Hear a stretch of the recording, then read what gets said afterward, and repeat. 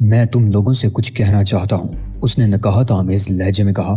میری بات غور سے سنو۔ گاؤں کے لوگ اس کی طرف متوجہ ہو گئے۔ اس کی آنکھوں سے بے پناہ دلچسپی جھلک رہی تھی۔ میں جس ملک کا باشندہ ہوں، مجھے اس پر بالکل اسی طرح فخر ہے جیسے تم لوگوں کو سناجو کا باشندہ ہونے پر ناز ہے۔ فن کسی ایک قوم کی میراث نہیں ہوتا، یہ خدائے عظیم کا ایک تحفہ ہے جسے ہر وہ شخص حاصل کر سکتا ہے جو اس کا اہل ہو۔ اس کا تعلق کسی بھی قوم سے ہو سکتا ہے، اور پھر وہ فنکار کسی قوم کی میراث نہیں ہوتا، وہ پوری دنیا کے مستحق لوگوں کا خادم ہوتا ہے۔ تم لوگوں نے دیکھا کہ میں زندگی اور موت کی کشمکش میں مبتلا تھا، لیکن میں جیت گیا۔ یہ خدائے ذوالجلال کی کرم نوازی ہے، جسے وہ صرف انہی کو نوازتا ہے جن کی خدمات اسے اپنے بندوں کے لیے درکار ہوتی ہے۔ تم لوگ مجھے بزدل سمجھتے تھے، میں بزدل نہیں ہوں، اور نہ ہی کنگ فو کا کوئی ماسٹر کبھی بزدل ہو سکتا ہے۔ تمہارے آقا اوشان بھی بزدل نہیں ہے۔ تم لوگ کیا سمجھتے ہو؟ کیا اوشان صرف ایک ہی پل میں اس نوجوان کی لاف اور گزاف کا خاتمہ نہیں کر سکتا تھا؟ گاؤں کے لوگ ندامت آمیز نگاہوں سے اس کی طرف دیکھتے رہے۔ میں تم لوگوں کو بہت اچھی طرح سمجھ گیا ہوں۔ تم ناشکر گزار، ناکارہ، بدگو، گستاخ اور احمق ہو۔ تم لوگوں نے عظیم اوشان کی زندگی بھر کی خدمات محض ایک لفظن کی باتوں میں آ کر بلا دی۔ اگر میرے بس میں ہوتا اور میں بھی اس قانون کا پابند نہ ہوتا جس کی پابندی اوشان آج تک کرتا آیا ہے، تو یقین جانو کہ میں آج تم سب کو آبی جانوروں کی غذا بننے پر مجبور کر دیتا۔ اس بات پر لوگوں کے چہرے تاریک ہو گئے۔ یکایک اوشان نے اپنی مادری زبان میں ایک جملہ کہا جس پر لوگوں کے چہرے کھل اٹھے اور وہ خوش ہو کر نعرے لگانے لگے۔ یاد رکھو، ٹائیگر غرایا، قومیں بھیڑ بکریوں میں مشتمل نہیں ہوتی کہ جدھر کوئی ایک بھیڑ بکری جا رہی ہو باقی سب اس کے پیچھے چل دیں۔ ہر فرد اپنی جگہ ایک پوری قوم کی حیثیت رکھتا ہے۔ ہر ایک کو اپنے ذہن سے سوچنے اور فیصلہ کرنے کی آزادی ہے، اس لیے ہمیشہ بھیڑ چال سے دور رہیں۔ اسی میں تمہاری بہتری ہے اور اسی میں تمہاری بقا مضمر ہے۔ اوشان نے دروازہ کھول دیا اور جلدی جلدی گاؤں کے لوگوں کا شکریہ ادا کر کے انہیں رخصت کرنے لگا۔ جب آخری آدمی بھی چلا گیا تو اس نے دروازہ بند کرتے ہوئے پلٹ کر کہا، تم کس چٹان سے سر پھوڑنے کی کوشش کر رہے تھے فرزند؟ یہ لوگ تو اپنے دو ہاتھوں سے کام لے کر اپنا ایک پیٹ بھی نہیں بھر سکتے، تم ان کے دماغوں میں اتنی باری باتیں کیسے ڈال سکتے ہو؟ اچانک دروازے پر دستک ہوئی۔ اوشان چونک کر ادھر دیکھنے لگا، پھر اس نے دروازہ کھولا تو ٹائیگر یہ دیکھ کر دنگ رہ گیا کہ پریمیئر کم سنگھ دروازے میں کھڑا تھا۔ وہ اوشان کو ہاتھ کی مدد سے سامنے سے ہٹا کر اندر آ گیا اور براہ راست ٹائیگر سے مخاطب ہوا۔ اوہ، تو تم بیدار ہو گئے۔ اس کا لہجہ بے حد خوشگوار تھا۔ یہ اس وقت بے حد تھکا ہوا ہے۔ اوشان نے مداخلت کی، یہ ملاقات کسی اور وقت پر ملتوی کر دو، یہ وقت بہت مناسب ہے۔ ٹائیگر نے مسکرا کر کہا، لٹل فادر، آپ نے کہا تھا کہ پونگ یانگ بیسواؤں کا شہر ہے، کیوں پریمیئر؟ پریمیئر نے اس بات کا برا نہیں مانا بلکہ خلاف توقع مسکرا کر بولا، یہ کوئی ڈکی چھپی بات نہیں ہے۔ اس کا لہجہ اب بھی خوشگوار تھا۔ ویسے اگر تم کوئی اچھا قصبہ دیکھنا چاہو تو ہیم ہانگ ضرور جانا، وہ میرا آبائی قصبہ ہے۔ اگر وہاں بھی سناجو کی طرح بھیڑ بکریاں جمع ہیں تو تمہیں چاہیے کہ وہاں ایک مذبح خانہ قائم کر دو۔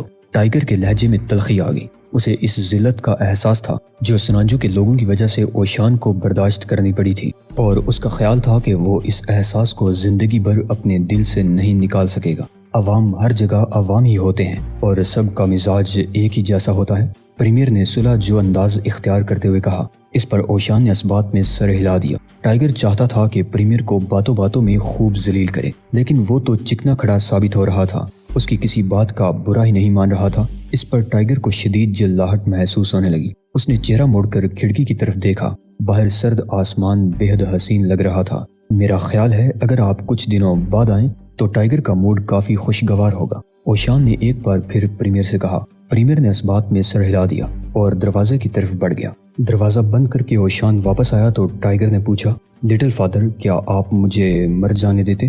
نہیں، اوشان نے عجیب سے لہجے میں کہا، اگر مجھے یقین ہوتا کہ تم مرنے والے ہو تو میں نوگان کے مقابلے پر اتر آتا۔ ٹائیگر کی آنکھیں حیرت سے پھیل گئیں۔ کیا مطلب؟ کیا آپ اپنے آباء و اجداد کی روحوں سے کیے گئے وعدے کو نظر انداز کر دیتے؟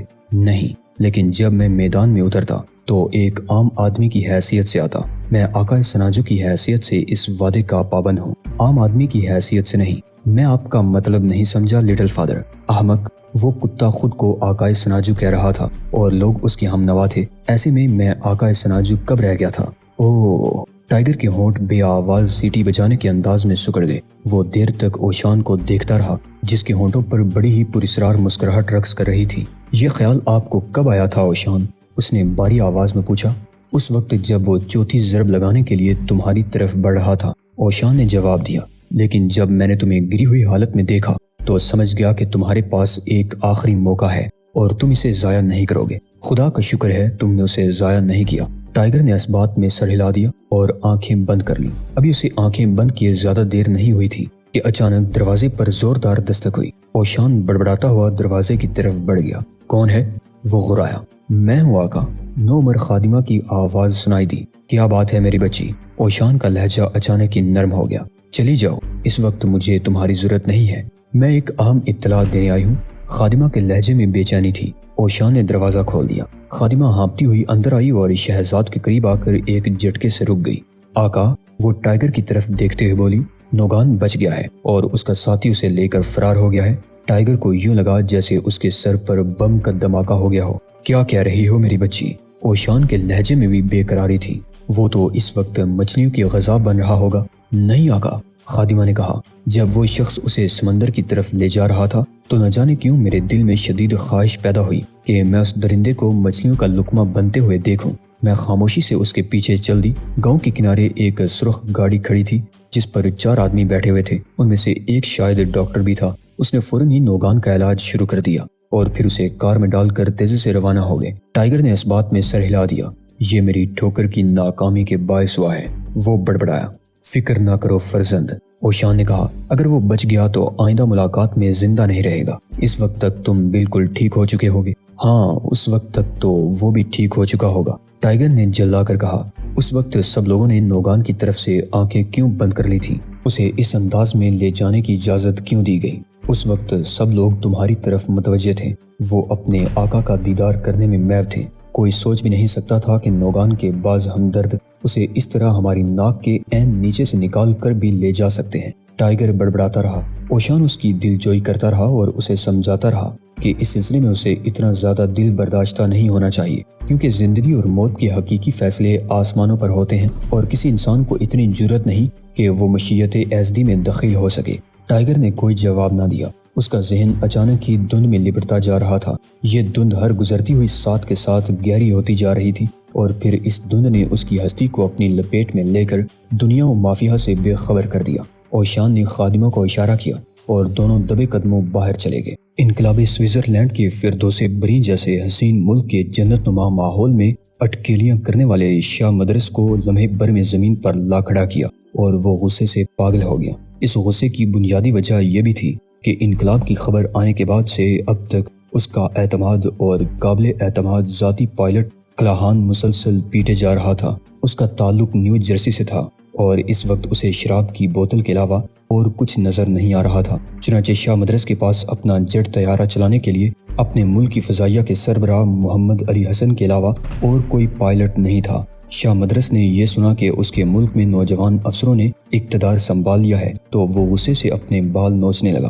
اس نے کلاہان سے کہا کہ وہ $5000 کا سونا بطور انعام لے کر اسے ڈپولی چھوڑ آئے جو اس کا دارالحکومت تھا، مگر کلاہان سیگرام 7 کی بوتلوں میں ڈوبا رہا اور شاہ مدرس ریڈیو ڈپولی کی انقلاب نشریات سن سن کر پاگل ہوتا رہا۔ کلاہان نے شاہ مدرس کی درخواست پر دھیان نہیں دیا اور شاہ مدرس نے اپنے ملک کے قابل پائلٹ محمد علی حسن کی اس پیشکش کو درخور اعتنا نہ سمجھا کہ وہ اسے 1000 دشواریوں کے باوجود ڈپولی پہنچا دے گا، اور پھر شاہ نے فیصلہ کیا کہ وہ باغیوں کو بذریعہ فن ڈانٹ کر اپنی حکمرانی بحال کرائے گا۔ ڈپولی سے فون پر رابطے کے لیے بھی شاہ مدرس کو سوئس نیشنل پولیس کا تعاون حاصل کرنا پڑا۔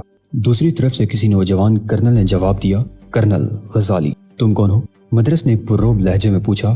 میرا وزیر دفاع کہاں ہے؟ وہ جیل میں ہے جناب، کرنل غزالی نے جواب دیا۔ اور میرا کمانڈر ان چیف؟ وہ مراکو فرار ہو گیا۔ تم کون ہو؟ اس مرتبہ شاہ مدرس نے چلا کر پوچھا۔ کرنل غزالی، میں نے تمہیں ابھی تک نہیں پہچانا؟ میں نے آرمی اکیڈمی کے امتحان میں سب سے زیادہ نمبر حاصل کیے تھے اور آپ کی سالگرہ والے روز تقریب کی پریڈ میں قیادت میں ہی کر رہا تھا۔ اوہ، تو یہ تم ہو، اطالوی نقوش والے نوجوان؟ درست، کرنل غزالی نے جواب دیا۔ گڈ، میں تم سے اس وقت بھی بہت خوش ہوا تھا۔ اب میں تمہیں جنرل بناتا ہوں، ترقی مبارک ہو۔ جاؤ اور جا کر میرے خلاف ہونے والی بغاوت کچل دو۔ جمعے سے قبل میرا محل غداروں اور باغیوں سے پاک ہونا چاہیے۔ میری طرف سے تمہیں کھلی اجازت ہے کہ ہر باغی کو مقدمہ چلائے بغیر گولی سے اڑا دو۔ میں ہفتے کے روز وہاں پہنچ جاؤں گا۔ شاہ مدرس نے مدہوش کلاہان کی طرف دیکھتے ہوئے کہا، میں ایسا ہرگز نہیں کر سکتا عزت مآب۔ کرنل غزالی نے جواب دیا۔ وہ جرنیل کے عہدے پر ترقی سے خوش معلوم نہیں ہو رہا تھا۔ مگر کیوں؟ کیا تم بھی باغیوں میں شامل ہو؟ میں انقلابیوں کا قائد ہوں اعلیٰ حضرت۔ تب پھر تم میرے جرمن محافظوں کے قہر کا سامنا کرنے کے لیے تیار ہو جاؤ۔ شاہ مدرس نے پیر پٹک کر کہا، وہ یہاں کس طرح پہنچ سکتے ہیں؟ جمہوریہ کی سڑکوں اور گلیوں پر بادشاہت کے جوئے سے نجات کا جشن منایا جا رہا ہے۔ راستوں پر ٹریفک نہیں بلکہ انسان ہی انسان ہیں جو برسوں سے کچلے ہوئے تھے۔ جرمن کبھی کے فرار ہو چکے ہیں جناب اعلیٰ۔ اب ہم آپ کے تمام کاسالیسوں کو اور آپ کو کسی چیتڑے کی طرح پھینک دیں گے۔ ہم سامراجی کاسالیسوں کی آنکھیں پھوڑ کر ان کے پیر کاٹ ڈالیں گے تاکہ وہ نئی نئی سازشیں نہ کر سکیں۔ ہم نے آج اتحاد کی طرف پہلا قدم اٹھایا ہے اعلیٰ مرتبت۔ او شٹ، تو کیا میری آمدنی بند ہو جائے گی؟ شاہ مدرس نے گھبرا کر پوچھا۔ ضروری نہیں، لیکن اگر آپ نے تخت و تاج حاصل کرنے کی کوشش کی تو آپ کو تختہ نصیب ہوگا۔ دوسری صورت میں آپ کو پینشن ملتی رہے گی۔ اگر ایسا ہے تو میں تمہیں انقلاب لانے پر مبارکباد بھی دے سکتا ہوں۔ شاہ نے بھاگتے چور کی لنگوٹی ہاتھ آتے ہی پینترا بدلا۔ انقلاب زندہ باد، خدا حافظ عزت مآب مدرس، یہ کہہ کر نوجوان کرنل نے ریسیور رکھ دیا۔ اس کے چہرے پر بلا کا استقلال تھا۔ اس کی کمر سے 2 پستول لٹک رہے تھے اور شانے پر سٹین گن جول رہی تھی۔ وہ قبلہ رو ہو کر سر بسجود ہو گیا۔ اب وہ کسی طاقت سے خوفزدہ نہیں تھا۔ توقع نہیں تھی کہ اوباش بادشاہ اتنی آسانی سے گھٹنے ٹیک دے گا۔ اس کی آنکھ اچانک ہی کھلی تھی اور اس نے بستر سے نیچے اترنے سے قبل زیر لب کہا تھا، ہاں میں تیار ہوں۔ وہ قد آدم آئینے کے سامنے جا کھڑا ہوا۔ آئینے میں سے اپنا سراپا نظر آ رہا تھا اور وہ سوچ رہا تھا کہ آقا سناجو کے بعد وہ ایک ایسا قاتل بن گیا ہے جس کے ہاتھوں ہونے والے ہر قتل سے انسانیت کو تحفظ ملنے لگا ہے۔ اس دوران وہ اپنا وزن تقریباً 12 پاؤنڈ کھو چکا تھا، لیکن اس کی صلاحیتوں میں کئی گنا اضافہ ہوا تھا۔ اس نے تیزی سے سیاہ موزے، اطالوی جوتے، بھوری پتلون اور نیلی قمیض پہنی، اور پھر اس کی سیاہ آنکھیں نہ جانے کیوں آپ ہی آپ چمک اٹھی۔ اس نے اپنے پٹھوں کو جنبش دی تو اس کا جسم روح سے ہم آہنگ ہو گیا، اور پھر وہ ہوٹل کے ہالوے میں چلا آیا۔ یہاں گپ اندھیرے کی بجائے گپ خاموشی تھی۔ وہ عام سے انداز میں چلتا ہوا ایک دروازے کے سامنے جا کھڑا ہوا۔ اس نے اپنا کمرہ مکفل کرنا ضروری نہیں سمجھا تھا، کیونکہ اس میں موزوں اور کپڑوں کے علاوہ اب کچھ بھی باقی نہیں تھا۔ وہ جانتا تھا کہ اس کمرے کا دروازہ مکفل نہیں ہوگا، کیونکہ اس کے اندر رہنے والا کوئی عام آدمی نہیں تھا۔ اس نے چند لمحوں تک آنکھیں بند رکھیں اور چشم تصور میں شمشیر سناجو کے مالک اور اپنے استاد اوشان کو چت سوتے ہوئے دیکھتا رہا۔ پھر اس نے سر خم کیا اور لفٹ کی طرف بڑھ گیا۔ وہ اور اوشان دونوں آج صبح اس شہر میں آئے تھے، اور اس ہوٹل میں آتے ہی اوشان نے اپنے مخصوص انداز میں ہنستے ہوئے کہا تھا، فرزند کھڑکیوں سے باہر دیکھو، اتنے حسین پہاڑ نظر آ رہے ہیں۔ یہ کہتے ہوئے اوشان کی چھدری اور پتلی سی داڑھی ہل رہی تھی اور نوکدار مونچھیں بہت بلی لگ رہی تھی۔ ہاں، یہی وہ جگہ ہے جہاں اپنے آغاز کو مت بولو اور انجام سے بھی بے خبر نہ رہو۔ اوشان نے خشک شاخ جیسا ہاتھ اٹھاتے ہوئے کہا، اور جذبوں کی گرمی کو اتنا مستقل نہ کرو کہ اعصاب چیخ کر ٹوٹ جائیں۔ اور ہاں فرزند، ایک ایسے ہی شہر میں تمہیں میری تحویل میں دیا گیا تھا، اور ایسے ہی شہر کی جیل میں مجھے سزائے موت بھی دی گئی تھی، مگر اوشان تم بے قصور تھے فرزند۔ اوشان نے عام سے لہجے میں جواب دیا، اسی لیے شمشیر سناجو کے مالک نے تمہارا کمزور ہاتھ تھام لیا تھا۔ شہزاد خاموش ہو گیا تھا۔ اس کے دماغ میں آندیاں سی چلنے لگی تھی۔ اسے سب کچھ یاد آ گیا تھا، اور پھر وہ ذہنی انتشار سے بچنے کے لیے اپنے کمرے میں جا کر لیٹ گیا۔ ٹائیگر ہوٹل سے نکلا تو اسے فضاؤں میں اپنائیت سی محسوس ہوئی۔ وہ دونوں ہاتھ سینے پر باندھ کر چلنے لگا اور نصف گھنٹے بعد عظیم کوہ نگارا کے دامن میں پہنچ گیا، جس کی سب سے بلند چوٹی پر گھومنے والے ریستوران کی روشنیاں نظر آ رہی تھیں۔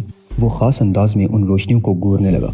10 سال کی مدت میں اس شہر نے کتنی ترقی کر لی تھی، اس کا اندازہ اسے اب ہوا تھا۔ ارے کیا دیکھ رہا ہے بھائی؟ اسے عقب سے ایک للکار سنائی دی۔ اس نے پلٹ کر دیکھا تو 5 غنڈے کسی دیوار کی مانند کھڑے تھے۔ میں کچھ سوچ رہا تھا، مگر تم لوگوں نے آواز دے کر ساری سوچیں غلط ملت کر دیں۔ لیکن تم کون ہو؟ ٹائیگر نے سپاٹ لہجے میں پوچھا۔ اوہ، یہ تو سوچ رہا تھا نادر، ایک شخص نے جو ان کا سرغنہ لگتا تھا زور سے ہنس کر کہا۔ کیا سوچ رہے تھے برخوردار؟ یہی کہ میں کتنا خوش قسمت ہوں کہ تم لوگوں سے میرا سامنا ہو گیا، ٹائیگر نے پرسکون لہجے میں جواب دیا۔ اس کے عضلات بتدریج تن رہے تھے اور جسم کے ریشوں میں برقی روسی دوڑنے لگی تھی۔ اس کی آنکھیں بیک وقت ان پانچوں پر جمی ہوئی تھی اور وہ ان کی ایک ایک حرکت ذہن نشین کر رہا تھا۔ نادر، غنڈوں کے سرغنہ نے اپنے دائیں طرف کھڑے ساتھی کی طرف دیکھ کر کہا، یہ تو بہت ہوشیار لگتا ہے، کیا اسے کسی نے نہیں بتایا کہ یہ چیکو کا علاقہ ہے؟ یہ چیکو کی سڑک ہے اور یہاں چیکو کی مرضی کے بغیر سوچنا بھی منع ہے۔ ٹائیگر نے کوئی جواب دینا مناسب نہیں سمجھا بلکہ ہوٹل کی طرف واپس چل دیا۔ اس نے عقب سے للکار سنی اور پھر بیک وقت 10 قدموں کی دمک سنائی دینے لگی۔ وہ غالباً اس کے رویے سے مشتعل ہو کر اس کا تعاقب کر رہے تھے۔